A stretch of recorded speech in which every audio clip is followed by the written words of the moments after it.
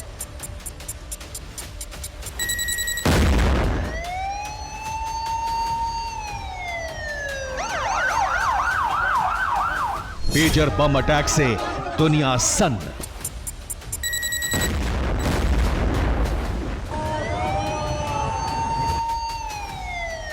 Israel और Hamas के बीच महीनों से चल रहे युद्ध में हमास का साथ देना लेबनान को बहुत भारी पड़ा।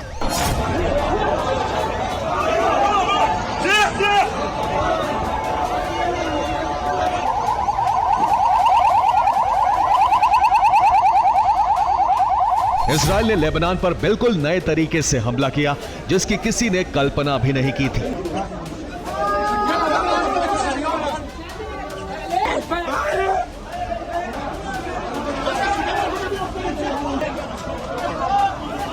मंगलवार दोपहर में लेबनान के कई शहर पेजर अटैक से दहल गए। लेबनान के कई शहरों में एक साथ हजारों पेजर अटैक हुए।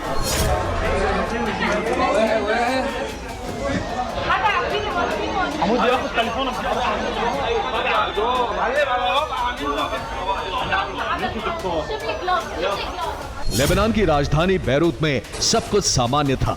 लोग रोजमर्रा के कामों में व्यस्त थे। फिर ऐसा हुआ जिसका किसी को अंदाजा नहीं था। अब इसी तस्वीर को देखिए।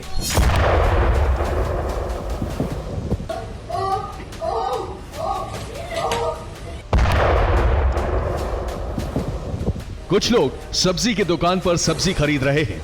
एकाएक वहां पर पेजर ब्लास्ट हो गया।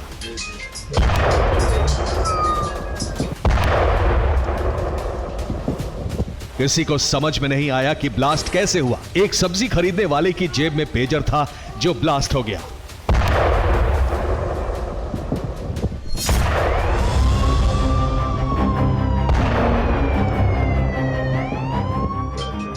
ऐसे ही धमाके पूरे लेबनान में हुए। अब इस पेजर धमाके को देखिए। एक शॉपिंग कॉम्प्लेक्स भी पेजर धमाके से थर्रा उठा।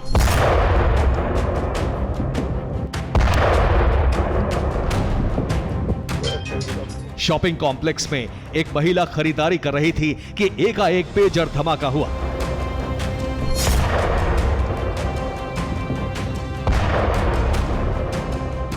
धमाका होते ही शॉपिंग कॉम्प्लेक्स में अफरा तफरी मच गई। हर कोई इधर उधर भागने लगा।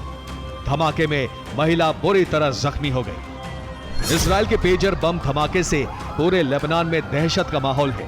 लोग अपने घरों से बाहर निकलने से डर रहे हैं।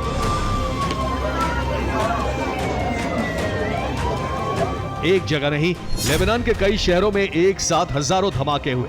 बाजारों में, शॉपिंग कॉम्प्लेक्स में, अस्पतालों में, कार में, बाइक सवार लोगों की जेब में पेजर ब्लास्ट हुए।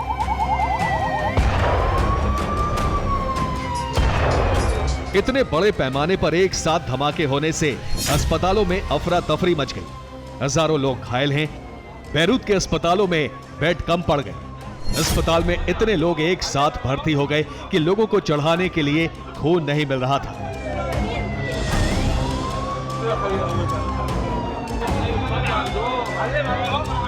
सिर्फ लेबनान नहीं, सीरिया के भी कई शहरों में एक साथ पेजर अटैक हुए हैं। यहां भी कई लोगों की मौत हुई है और सैकड़ों घायल हुए हैं।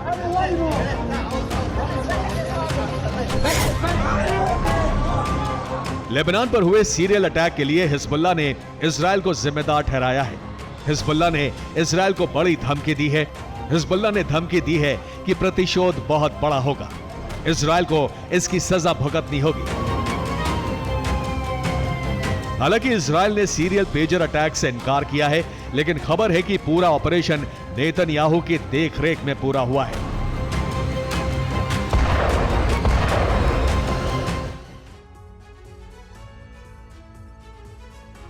पेजर बम हिजबुल्लाह के लिए घातक साबित हुआ है। हिजबुल्लाह के खेमे में नाराजगी है और हैरानी भी कि आखिर कैसे पेजर में धमाकों से उसे नुकसान पहुंचाने की कोशिश की गई। जिन 5000 पेजर्स को हिजबुल्लाह ने सुरक्षा के मद्देनजर मंगाया था, जिन पेजर्स के जरिए हिजबुल्लाह ऑपरेट करता था, वही पेजर उसके लिए घातक साबित हुए। 5000 पेजर्स में रखा विस्फोटक न सिर्फ लेबनान बल्कि सीरिया में भी कोहराम मचाने में सफल साबित हुआ। फिलहाल इस हमले की जिम्मेदारी किसी ने नहीं ली है, लेकिन माना जा रहा है कि इजराइल इन हमलों के पीछे है। पश्चिम के कई मीडिया संस्थानों ने दावा किया है कि इन हमलों के पीछे इजरायली खुफिया एजेंसी मोसाद का हाथ है, क्योंकि जितनी सफाई से पूरा प्लॉट तैयार किया गया, वैसा प्लॉट सिर्फ मोसाद ही तैयार कर सकता है। तो भारत में पेजर का इस्तेमाल करीब 20 साल पहले किया जाता था। मौजूदा दौर में कोई भी विकसित देश पेजर का इस्तेमाल बहुत सीमित तादाद में करता है, क्योंकि मोबाइल फोन आ चुके हैं जिनसे आसानी से बात हो जाती है। लेकिन इसके बावजूद भी आखिर क्यों हिजबुल्लाह ने अपने लड़ाकों को पेजर बांटे, ये आपको जल्दी से बता देते हैं। तो पेजर को क्यों चुना गया हिजबुल्लाह की ओर से, ये बहुत महत्वपूर्ण डिटेल्स आपके सामने है। मैसेज इसका डिकोड करना मुश्किल होता है, इसलिए इसके पीछे एक वजह ये मानी जा रही है, सर्विलांस पर लगाना इसे नामुमकिन है। इसके अलावा पानी में भी ये काम करता है, पानी में भी ये चलता है। तो सर्विलांस पर लगाना इसे नामुमकिन है, पानी में भी ये चलता है। 85 घंटे का इसका बैटरी बैकअप है, यानी एक बार चार्ज कर देंगे तो 85 घंटे तक, माफ कीजिएगा, ये काम करेगा। मेंटेनेंस की जरूरत नहीं होती है। ऐसे में ये जानकारी सामने आ रही है। अब बता दें, ताइवान की कंपनी का ये पेजर था जो इस्तेमाल किया जा रहा था। ऐसा क्यों? हिजबुल्लाह को ऐसी कंपनी चाहिए थी जिसका सर्वर अमेरिका में ना हो। अमेरिका में सर्वर ना होने से पेजर के मैसेज को ट्रैक करना नामुमकिन है। ताइवान से हिजबुल्लाह और लेबनान को कोई खतरा नहीं था, ऐसे में ताइवान के इन पेजर्स का इस्तेमाल किया जा रहा था। इस बीच बड़ी खबर आपको बता दें, पेजर हमले पर हिजबुल्लाह का बयान सामने आया है। हमले के पीछे इजराइल का हाथ, ये कहना हिजबुल्लाह का। कई डिवाइस को एक साथ टारगेट किया गया। हिजबुल्लाह की तरफ से सीधे तौर पर इसके लिए इजराइल को जिम्मेदार ठहराया गया।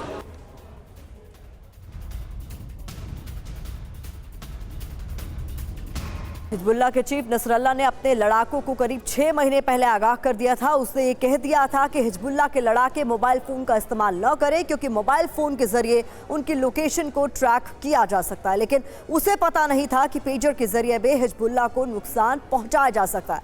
आपको सुनाते हैं कि नसरल्लाह का वो बयान क्या था जो 6 महीने पहले उसने दिया था। आखिर पेजर अटैक से कैसे दहल गया लेबनान? इजराइल ने कैसे एक साथ हजारों पेजर को उड़ा दिया? ऐसा क्या किया इजराइल ने, इस रिपोर्ट में देखिए।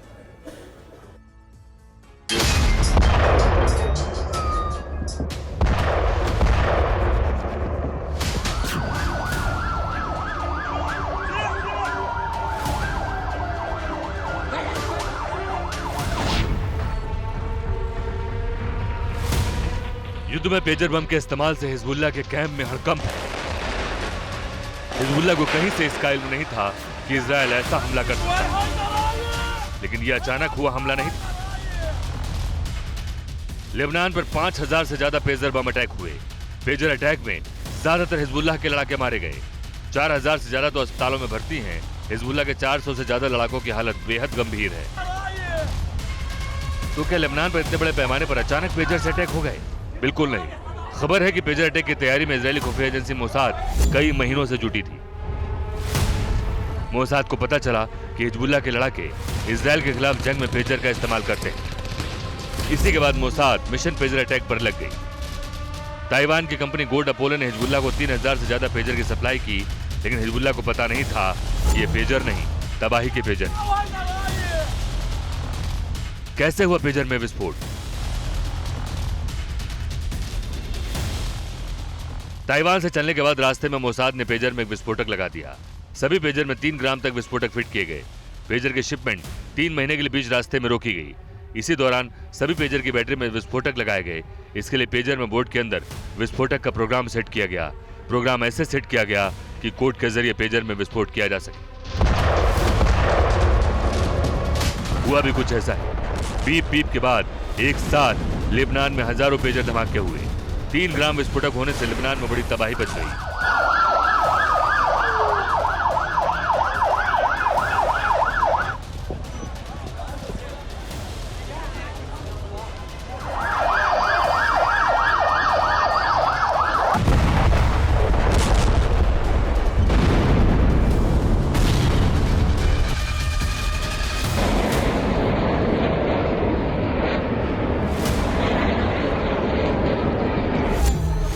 लेबनान में ऐसी तबाही मची जिसके बाद अब मिडिल ईस्ट में नई जंग का खतरा पैदा हो गया है।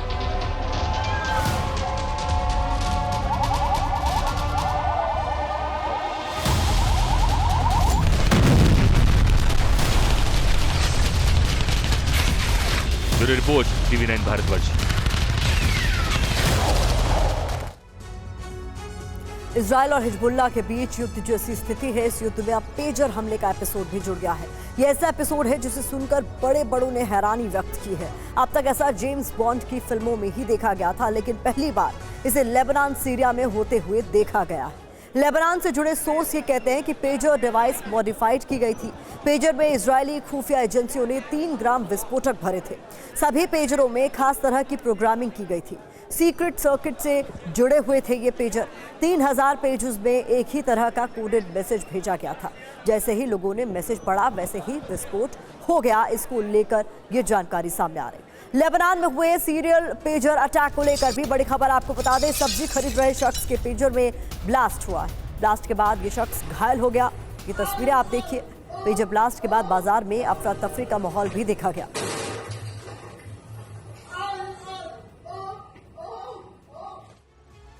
और इस बीच एक बड़ी खबर आ रही है। एक देश एक चुनाव पर सरकार का बयान सामने आया है। एक देश एक चुनाव में 2 चरणों में ये लागू किया जाएगा, ये साफ कर दिया गया है। पहले चरण में लोकसभा और विधानसभा चुनाव एक साथ कराए जाएंगे और दूसरे चरण में पंचायत और निगम चुनाव भी एक साथ कराए जाएंगे। ये सरकार की तरफ से साफ कर दिया गया। इन्हें भी 2015 में अपनी 79th रिपोर्ट में कहा था गवर्नमेंट को कि suggest methods for simultaneous elections in 2 phases। इसीलिए हाई लेवल कमेटी गठित की गई थी under the chairmanship of Shri Ramnath Kovind ji, the former president of India, and that committee extensively consulted a broad spectrum of stakeholders including political parties, जजेस, constitutional experts, large number of experts from various fields. इन सब के extensive consultation के बाद में एक report submit की थी। वो रिपोर्ट आपको ऑनलाइन अवेलेबल है। ये वेबसाइट आपके सामने रखा हुआ है और आप यहाँ से ऑफिशियल वेबसाइट से डाउनलोड करना। Cyber security is more important, right?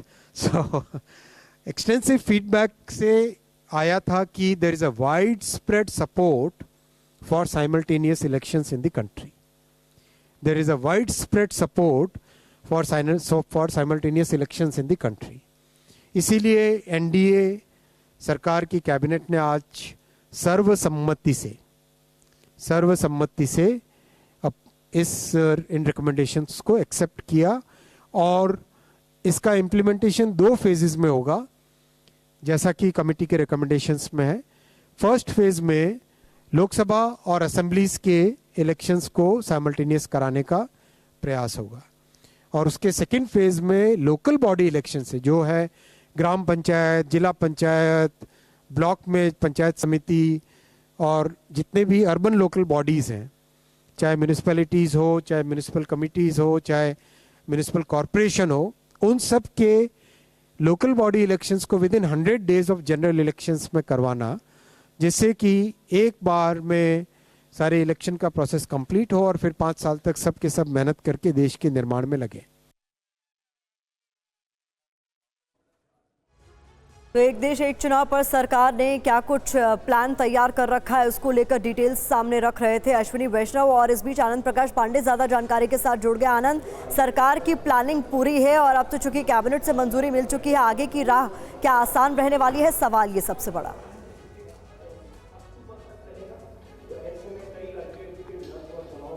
जी बिल्कुल, जो रामनाथ कोविंद की अध्यक्षता में जो कमेटी बनाई गई थी, लगभग 6 महीने तक उस कमेटी ने अलग अलग जो सामाजिक संगठन है उनसे बातचीत की, अलग अलग जो पॉलिटिकल पार्टीज है उनके नेताओं से बातचीत की। इसके अलावा बहुत सारे सामाजिक संगठन है, जो जजेज हैं हाई कोर्ट के, सुप्रीम कोर्ट के, उनसे बातचीत की। मुख्य चुनाव आयुक्त जो रहे, जो चुनाव आयुक्त रहे, जो सेंटर में और राज्य में, उनसे भी बातचीत की और इसको लेकर पूरे सुझाव लेने के बाद कमेटी ने अपनी रिपोर्ट दी थी। और इसके अलावा कमेटी को आम लोगों ने भी सजेशंस दिए थे, तो उसमें 80% लोगों ने कमेटी को कहा था कि वो एक देश एक चुनाव के पक्ष में, और उसके बाद उस कमेटी ने अपनी रिपोर्ट राष्ट्रपति को सौंपी थी। अब सरकार ने उस कमेटी की रिपोर्ट की जो सिफारिशें थी उसको स्वीकार कर लिया। आज कैबिनेट ने उस रिपोर्ट को स्वीकार कर लिया, तमाम जो उसकी सिफारिशें थी उसको स्वीकार कर लिया। अब आगे की अगर हम बात करें तो इसको लेकर सरकार और कंसेंसस बनाने की कोशिश करेगी, क्योंकि रामनाथ कोविंद कमेटी की रिपोर्ट को बहुत सारे राजनीतिक दलों ने सुझाव नहीं दिए थे या अपनी प्रतिक्रिया नहीं दी थी, लेकिन ज़्यादातर दलों ने जिन्होंने सुझाव दिए थे उन्होंने इसके पक्ष में हमने सुझाव दिए थे। तो अब सरकार इसमें और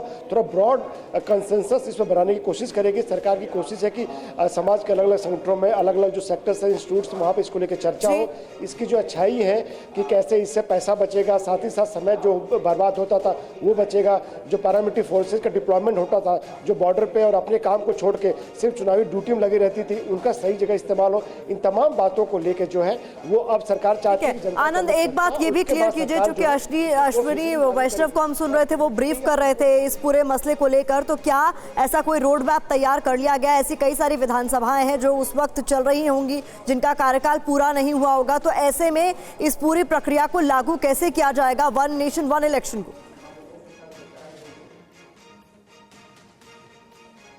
तो बिल्कुल सरकार की तरफ से ये एक रोडमैप तैयार किया गया है कि पहले जैसे कि आपने बताया कि लोकसभा विधानसभा के चुनाव है उनको एक साथ कराने की कोशिश की जाएगी। तो इसमें जिन जिन विधानसभाओं का कार्यकाल, हम ये नहीं कह रहे कि अभी 1-2 महीने में 1 साल में ऐसा होगा, लेकिन अमित शाह ने जैसा कि कल कहा था अपने प्रेस कॉन्फ्रेंस में भी कि सरकार के इसी टर्म में इसको लागू किया जाएगा। यानी कि जिन विधानसभाओं का कार्यकाल जो है लगभग आसपास खत्म हो रहा है, उन विधानसभाओं के चुनाव पहले कराए जाएंगे और लोकसभा चुनाव के साथ साथ, यानी कि आप ये मान के चलिए 2029 के आसपास ये शुरू इसको लागू किया जाएगा, जब लोकसभा के साथ साथ जिन जिन विधानसभाओं का कार्यकाल खत्म हो रहा है उनके चुनाव कराए जाएंगे और उसके 100 दिन के अंदर, यानी कि जो निगम और जो स्थानीय निकाय के चुनाव है, पंचायत चुनाव है, उनको कराया जाएगा। और कमेटी ने अपनी रिपोर्ट में ये भी कहा था कि इसको लेके बहुत सारे संशोधन संविधान में करने की जरूरत नहीं है। लगभग 1 दर्जन जो है संवैधानिक संशोधन करने की जरूरत है, जो लोकसभा में और राज्यसभा के जरिए जो किया जा सकता है, और राज्य की विधानसभाओं की भी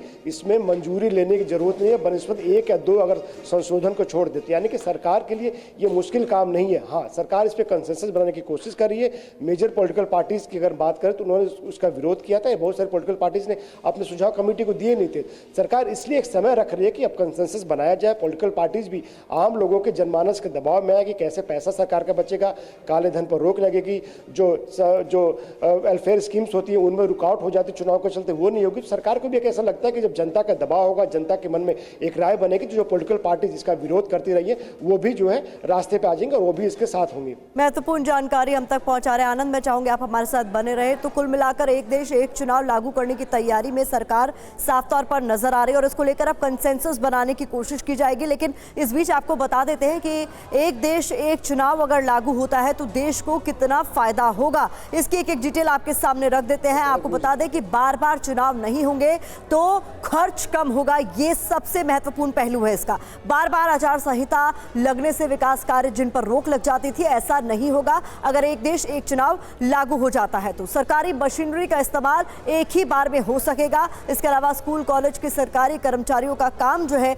जो कि बार बार चुनाव होने की वजह से प्रभावित होता था, ऐसा नहीं होगा। इस बीच बड़ी खबर भी आपको बता दें, एक देश एक चुनाव पर कांग्रेस अध्यक्ष मल्लिकार्जुन खड़गे का बयान सामने आया है और उनकी तरफ से कहा गया है कि ये प्रैक्टिकल नहीं है, चलने वाला नहीं है। चुनाव के लिए मुद्दा बनाते हैं, देश के लोग मानने वाले नहीं हैं, ये कह रहे कांग्रेस अध्यक्ष मल्लिकार्जुन खड़गे।